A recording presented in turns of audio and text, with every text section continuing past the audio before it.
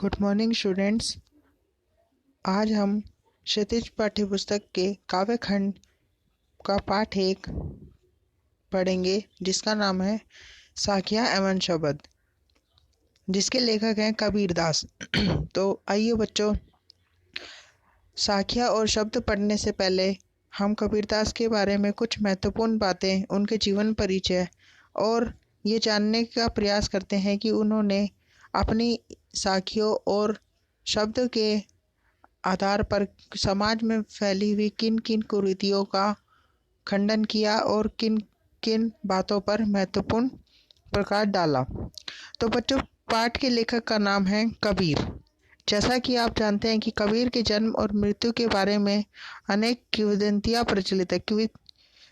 किंवदंतियों का अर्थ होता है ऐसी कहानियाँ या ऐसी कथाएं जिनके बारे में लोग सिर्फ जानते हैं और जिन्होंने अभी तक सुनी है, जो कि पूर्ण रूप से सच्ची नहीं होती है।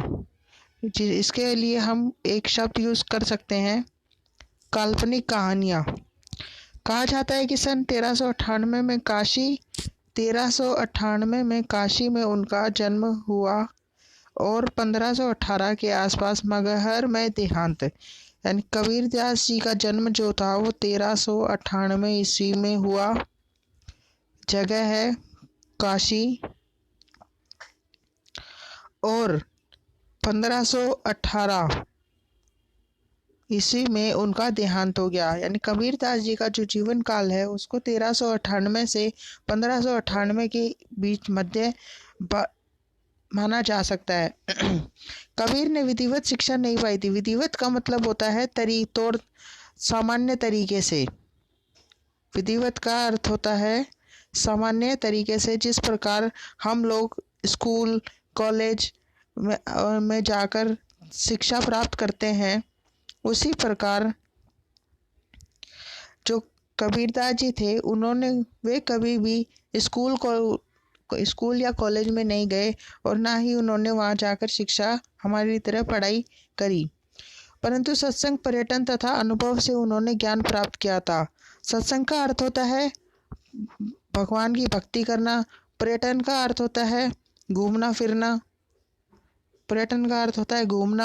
और अनुभव से उन्होंने ज्ञान प्राप्त किया था। यानी कहने का तात्पर्य यह है कि उन्होंने भगवान की भक्ति करके, भगवान की भक्ति के माध्यम से पर्यटन, देश अलग अलग जगहों, अलग अलग राज्यों में घूमकर और अपने अनुभव से उन्होंने अपना ज्ञान प्राप्त किया था। भक्तिकालीन निर्गुण संत परंपरा के प्रमुख कवि कबीर की रचनाएं मुख्यतः कबीर ग्रंथावली में संग्रहित हैं। अच्छा, जो कबीरदास जी थे वो भक्तिकालीन निर्गुण काव्य परंपरा के प्रमुख कवि थे। यानी उनका स्थान भक्ति काल में सबसे ऊपर, अन्य कवियों से सबसे ऊपर आता है और वे सबसे प्रमुख कवि माने जाते हैं भक्ति काल के। उन्होंने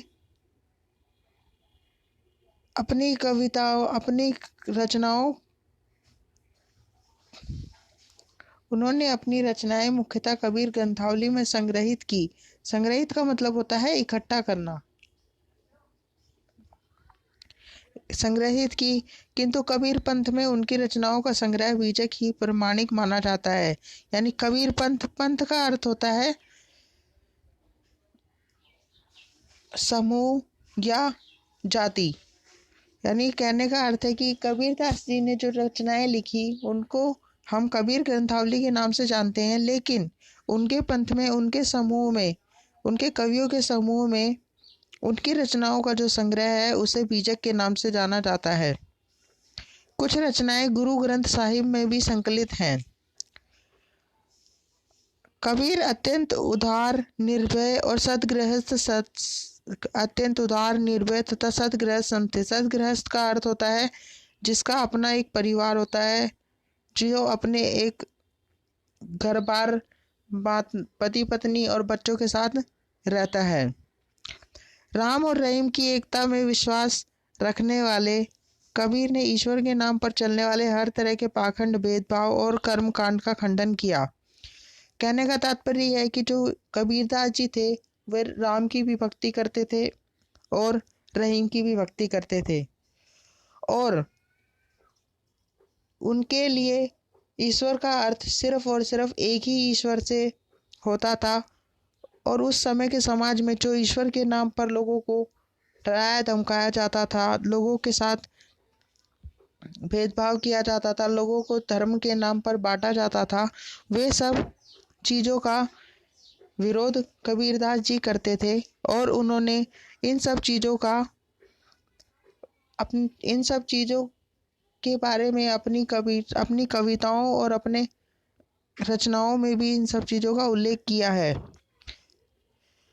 उन्होंने अपने काव्य में धार्मिक और सामाजिक भेदभाव से मुक्त मनुष्य की कल्पना की। उनका मानना यह था कि समाज में रहने वाले हर प्रकार के मनुष्य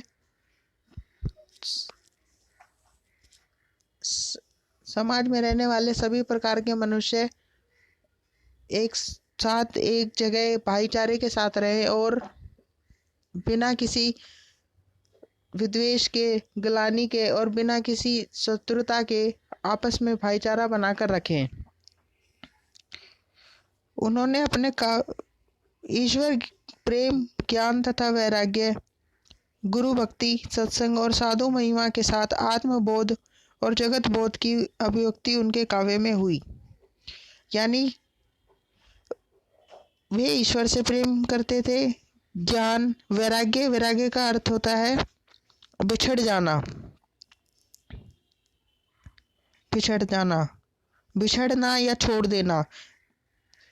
गुरु की भक्ति, सत्संग और साधु की महिमा के साथ आत्मबोध का अर्थ होता है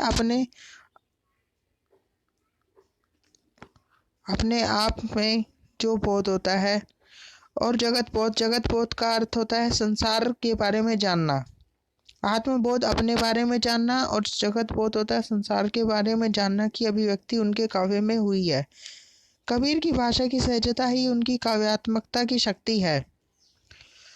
कबीरदास ने अपने काव्य को लिखने में बहुत ही सरल और स्पष्ट भाषा का प्रयोग किया है, जिसके कारण उनके काव्य बहुत ही उत्कृष्ट, बहुत ही अच्छी शैली के माने जाते हैं और बहुत ही ज़्यादा। कबीर की भाषा की सहजता ही उनकी काव्यात्मकता की शक्ति है। जन भाषा के निकट होने के कारण उनकी काव्य भाषा में दार्शनिक चिंतन को सरल ढंग से व्यक्त करने की ताकत है। यानी उनके द्वारा लिखी गई जो रचनाएं हैं वे आम लोगों के बीच, आम जन के बीच इतनी लोकप्रिय है, इतनी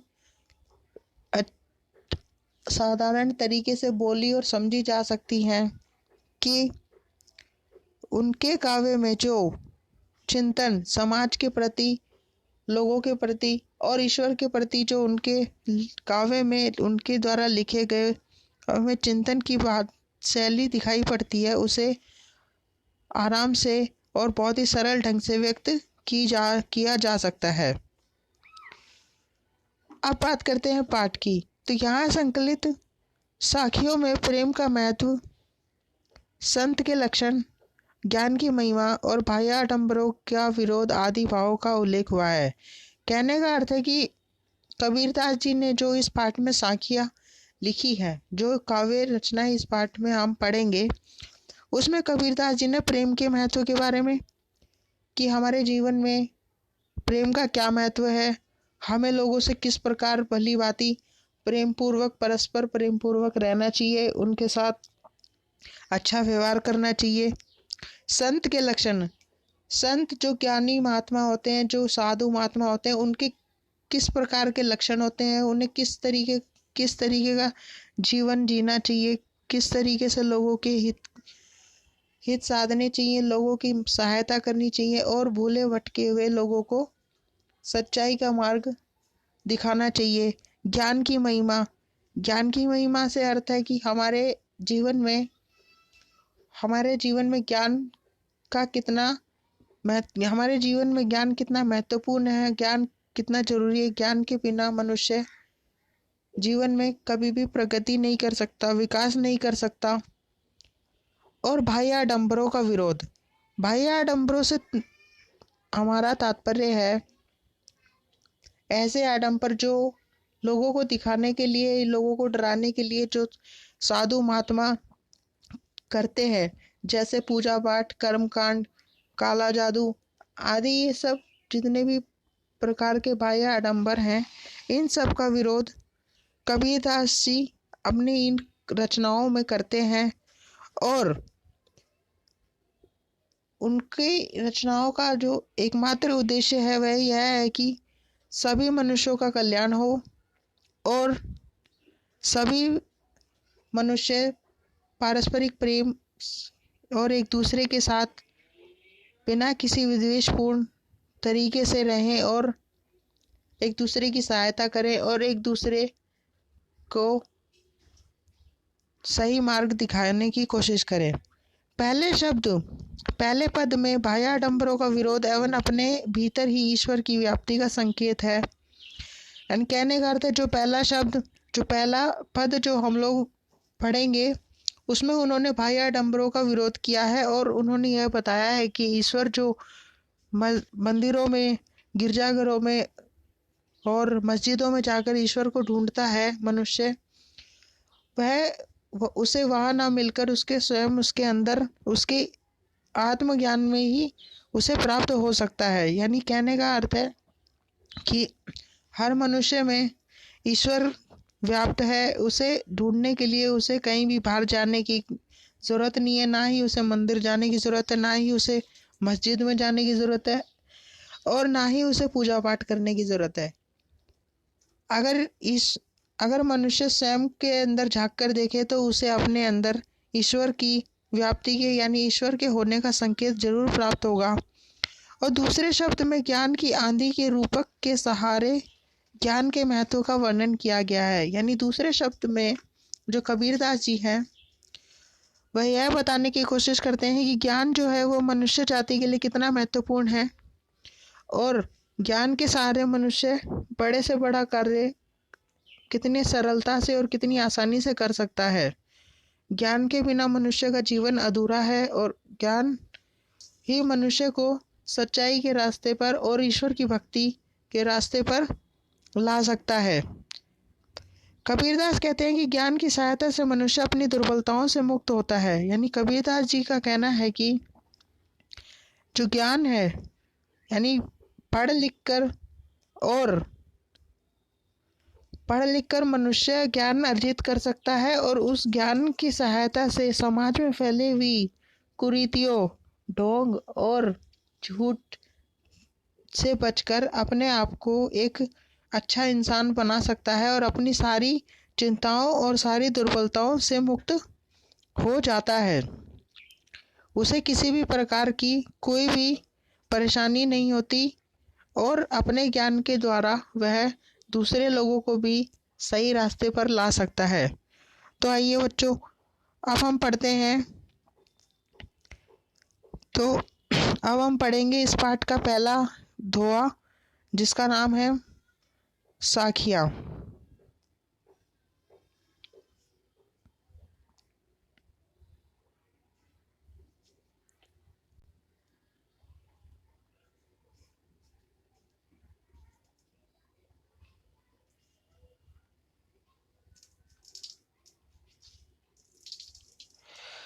तो देखिए बच्चों, पहले दोहे में कबीरदास जी क्या कहते हैं कि मानसरोवर सुपर जल हंसा केली कराही।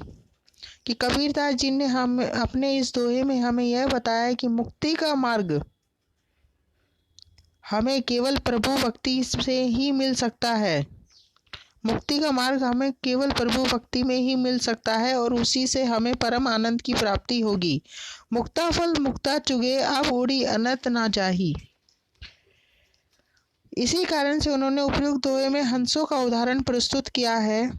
यहाँ पर हंसा से तात्पर्य है हंस और मानसरोवर का मतलब बहुत ज्यादा, कि जो मानसरोवर के जल में क्रीड़ा करते हुए मोती चुग रहे हैं। मुक्ता फल मुक्ता चुगे का अर्थ है मोती चुगना। और उन्हें इस क्रीड़ा में इतना आनंद आ रहा है कि वो इसे छोड़कर कहीं नहीं जाना चाहते। यानी कहने का अर्थ है कि मानसरोवर सुपर जल, यानी मानसरोवर का जो सुंदर जल है उसमें जो दो हंस हैं, हंस केली कराही, यानी अपनी जो खेल रहे हैं, क्रीड़ा कर रहे हैं, वह कौन सी क्रीड़ा है? उस जल में मोती चुगने की क्रीड़ा। और उनको मोती चुगते चुगते इतना आनंद आ रहा है कि अब उनसे जो है बिल्कुल भी उड़ा नहीं जा रहा और वे उस जगह को छोड़कर जाना नहीं चाहते। ठीक उसी प्रकार जो मनुष्य है वह भी अगर अपने आप को ईश्वर की भक्ति में लीन कर लेगा और परम मोक्ष का आनंद प्राप्त कर लेगा तो फिर उसका ध्यान कहीं और नहीं भटकेगा। यानी कहने का अर्थ है कि हम जो मनुष्य है, जो हमारा ध्यान संसार की इधर उधर की वस्तुओं में भटकता रहता है, उससे हमें अपना ध्यान हटाने के लिए हमें सबसे पहले अपने मन को ईश्वर की भक्ति में लगाना पड़ेगा, ताकि हम लोग सांसारिक सुखों को छोड़कर और झूठ के रास्ते को छोड़कर सच्चाई के रास्ते पर चल सके। जब हम ईश्वर की भक्ति में अपना मन लगा लेंगे और ईश्वर की भक्ति में पूरे तरीके से डूब जाएंगे, तभी हमें इस जीवन से छुटकारा प्राप्त होगा, यानी हमें जीवन से मोक्ष की प्राप्ति हो जाएगी। उसे प्रभु की भक्ति में मिलने वाला आनंद और कहीं नहीं मिलेगा। फिर वह प्रभु की भक्ति में ही मगन रहेगा और इस मार्ग को छोड़कर कहीं और नहीं जाएगा। यानी जो मनुष्य है वो अगर एक बार ईश्वर की भक्ति में अपना मन लगा लेता है और ईश्वर का भक्त बन जाता है तो उसे फिर संसार में किसी भी प्रकार के दुखों का कोई डर नहीं रहता। उसके लिए हर वस्तु में सुख ही सुख होता है और वह ईश्वर की भक्ति के सहारे अपने इस जीवन से मोक्ष की प्राप्ति कर सकता है।